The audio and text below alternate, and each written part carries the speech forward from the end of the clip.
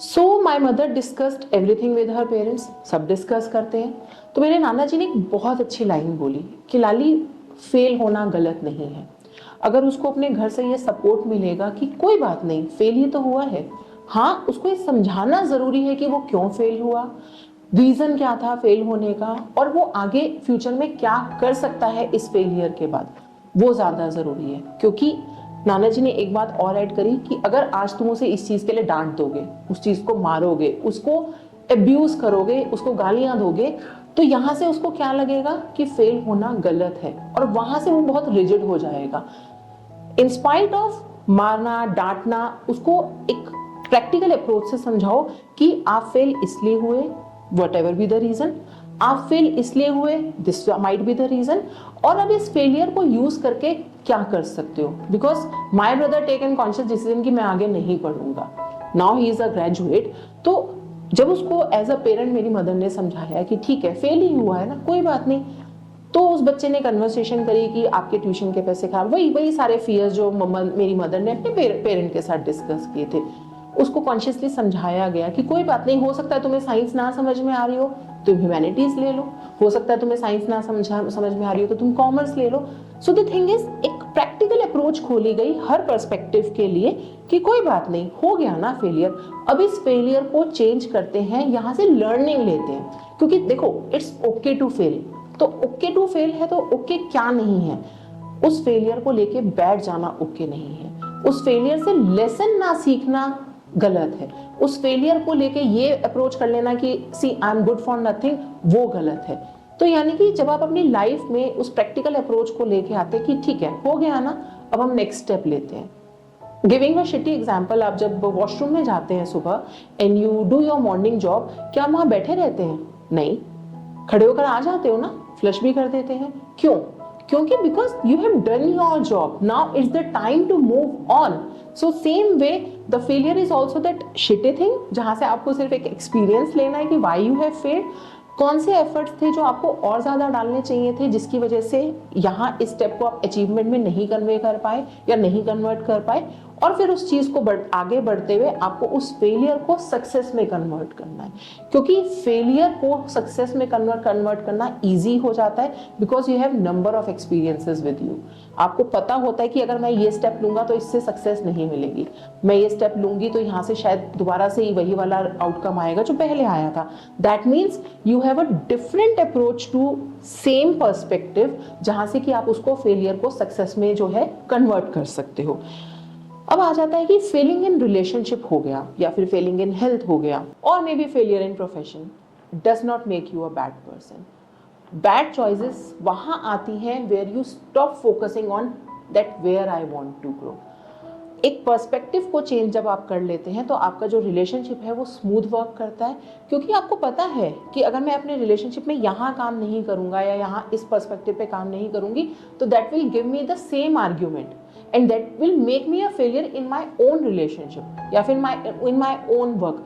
बहुत से लोगों को आपने कहते हुए सुना होगा ना, यार चीज़ें काम ही नहीं कर रही, मैं सब कुछ तो कर रही हूँ, सब कुछ तो उसी तरीके से कर रही हूँ, फिर भी रिलेशनशिप काम नहीं कर रहा, मेरा रिलेशनशिप जो है वो फेल ही होता जा रहा है। अब यहाँ पे की पॉइंट क्या है, मैं सब कुछ तो उसी तरीके से कर रही हूँ, मैं सब कुछ तो वैसे ही कर रही हूँ जैसे कर रही थी, और फिर भी रिलेशनशिप फेल होता जा रहा है। दैट मीन्स उस इंसान को ये सीखने की जरूरत है कि no, you have to change the approach towards your relationship, क्योंकि सेम वे से ही करोगे तो रिजल्ट तो वही आ रहा था ना पहले भी जो अब आ रहा है, या फिर आगे भी आप अगर वही कंटिन्यू करोगे तो रिजल्ट तो वही आएगा जो पहले आ रहा था। तो अगर आपको अपना सक्सेस रेशो बढ़ाना है, अगर आपको अपना चॉइसेस रेशो बढ़ाना है, तो दैट मीन्स जो आप कर रहे हो उसका 360 डिग्री एंगल चेंज आपको करना पड़ेगा। फेलियर्स में हमें करना क्या है, क्योंकि आप ये कहोगे कि मैम बार बार कह तो रही है कि it's okay to fail, it's okay to fail, लेकिन क्या सोसाइटी के लिए फेलियर को एक्सेप्ट करना ईजी है? क्या हमारे खुद के लिए फेलियर को एक्सेप्ट करना ईजी है? या फिर हम ये कह सकते हैं कि क्या हमारे आसपास के लोगों के लिए फेलियर को एक्सेप्ट करना ईजी है? तो सबसे पहले तो आपको ये समझना है कि आपको ये एक्सेप्ट करना है कि आप फेल हुए हैं, आपको ये एक्सेप्ट करना है कि आपको आगे बढ़ना है इस फेलियर से। तो जब भी आप किसी अपने स्टेप में, अपने किसी काम में या अपने किसी रिलेशनशिप में फेल होते हैं, तो आपको फोकस कहाँ करना है? आपको फोकस करना है ऑब्जेक्टिव पे। उस काम को शुरू करने का ऑब्जेक्टिव क्या था जिसमें आप फेल हुए हैं, उस रिलेशनशिप को स्टार्ट करने का ऑब्जेक्टिव क्या था जिसमें आप फेल हुए हैं, उस एस्पेक्ट को स्टार्ट करने का फोकस क्या था जहां आप फेल हुए हैं। क्योंकि जैसे ही आप ऑब्जेक्टिव के ऊपर फोकस करेंगे, आपका पूरा फोकस जो है वो शिफ्ट फेलियर से ना होके उस तरफ हो जाएगा कि नाउ व्हाट, या फिर व्हाट नेक्स्ट। यहाँ पे हमें अपने फेलियर को, जो कि हमारा एक पास्ट एक्सपीरियंस हो गया है, हमें उसको अपने एस्पेक्ट की तरह लेना है। उस पास्ट को पकड़ के नहीं बैठ जाना है, उस फेलियर को पकड़ के नहीं बैठ जाना है, हमें उसे लेट गो करना है। और जैसे हम एक स्टेप चढ़ते हैं, so if someone is residing on a ground floor, first floor पे चढ़ने के लिए वो क्या करता है, वो बैठा रहता है ग्राउंड फ्लोर पे और ये क्रिपिंग करता रहता है कि मेरे से जीना नहीं चढ़ा जा रहा, मैं तो कितना बड़ा फेलियर हूँ, मेरे से फर्स्ट फ्लोर पे चढ़ा ही नहीं जा रहा। नहीं, वो स्टेप बाय स्टेप चढ़ते हैं और अपने फर्स्ट फ्लोर पे या किसी और फ्लोर पे पहुँचते हैं। तो दैट मीन्स उस इंसान ने क्या किया, उस इंसान ने अपना पहले फोकस, यानी कि अपना फोकस शिफ्ट करके ऑब्जेक्टिव ढूंढा। ऑब्जेक्टिव क्या था, मुझे ग्राउंड फ्लोर से फर्स्ट फ्लोर पे पहुंचना है। अब उस ऑब्जेक्टिव में पास्ट की बातें ना लाके कि मैं गिर गया था, चढ़ा था तो गिर गया था, मैं फेल हो गया चढ़ने में, मुझे चढ़ना नहीं आता, उसने अपने उस पास्ट एक्सपीरियंस को सिर्फ एक्सपीरियंस की तरह लिया कि ठीक है, अब मैं थोड़ा स्टेबल तरीके से पैर रखूंगा तो मैं गिरूंगा नहीं, अब मैं इस साइड पैर रखूंगा तो मैं गिरूंगी नहीं, अब मैं स्लिपरी फर्श होगा तो मैं ड्राई एरिया में पैर रखूंगा तो गिरूंगा नहीं।